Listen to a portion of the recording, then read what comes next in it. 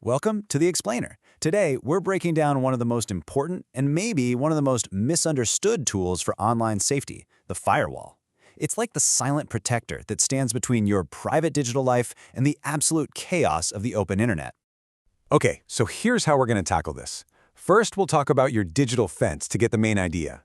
Then, we'll get into the gated community rule to see how they actually work. We're also going to unpack what digital envelopes are, look at the difference between hardware and software firewalls, and finally, see how they can become your ultimate digital disguise. Let's do it. All right, first things first, let's get our heads around the big idea behind what a firewall even is. And to do that, we're going to use an analogy that I think will make perfect sense. I mean, think about it. Of course not, right? So picture your digital life, your computer, your phone, all your accounts as your home. Without any kind of protection, it's just open. It's vulnerable to anyone who feels like wandering in uninvited. It's really the exact same concept. Just like a sturdy fence and a locked door protect your house from trespassers, a firewall acts as a virtual wall to shield your devices from all kinds of digital intruders. It's there to safeguard your private data, just like a physical wall safeguards your belongings.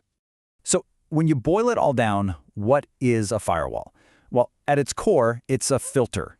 Think of it as a digital gatekeeper that inspects all the information, all the traffic traveling both to and from your computer, and it gets to decide what gets in and what has to stay out.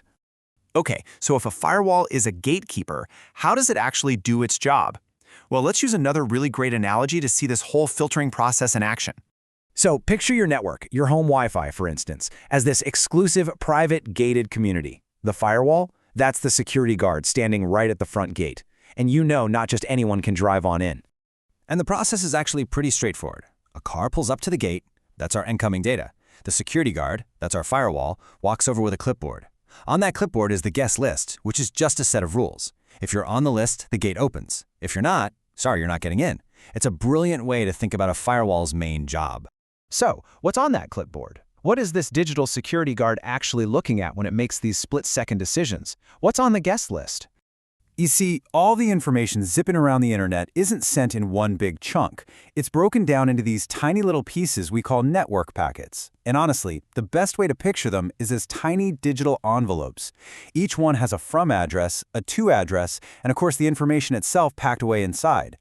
So the firewall's rulebook is basically a checklist for every single one of those envelopes. It's asking, okay, where did this come from? Where's it trying to go? It even checks which digital doorway or port it's trying to use. Think of ports like different doors on a huge building, one for web pages, another for emails. The firewall makes sure data is using the right door. And sometimes it can even take a peek at what's inside the envelope. So what this all means is, if a packet arrives from a trusted, known website, the firewall says, no problem, come on in. But if it shows up from a suspicious address known for causing trouble, nope, access denied. The firewall acts like a solid barrier and blocks it, keeping your network safe. Now that we know what firewalls do and how they do it, let's look at the two main forms they come in. You've got hardware and you've got software. They have the same goal, sure, but they work on a totally different scale. And the key difference here, the thing you really got to remember, is all about the scale of protection. A software firewall, that's a program that you install right on your computer and it protects that one single device. It's fantastic for individual protection. But a hardware firewall is a physical piece of equipment. Your home Wi-Fi router is a perfect example.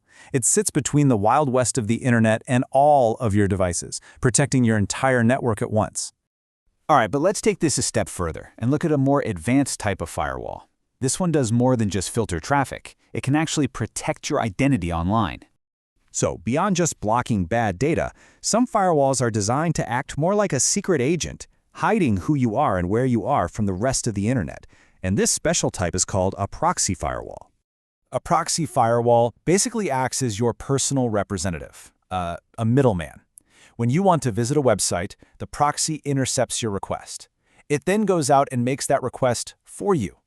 This means the website is talking to the firewall, not directly to your computer. That direct contact is prevented, and that keeps your device's real identity safe and anonymous. Pretty cool, huh? And because these firewalls are smart enough to work at the application level, we're talking about things like your web browser or your email client, they also have a more technical name you might hear, application-level gateways. It's the same thing, just a different way of describing how it gets the job done. So when you put this all together, it's pretty obvious that firewalls are absolutely essential in our world. I mean, look at this list. They do so much, from stopping cyber attacks and detecting malware to being used by schools and businesses to restrict access to certain content. They truly are a foundational piece of digital security for pretty much everyone. Okay, time for a quick pop quiz to see if you were paying attention. Based on what we just covered, which type of firewall is also known as an application-level gateway? If you said the proxy firewall, you are absolutely correct. Nicely done. And that's our look at firewalls. It's a simple concept, really, but it has such a powerful and vital job to do. So, your digital fence is built, and it's standing guard, which leaves you with one final and, I think, pretty important question to think about. What truly valuable things are you protecting inside it?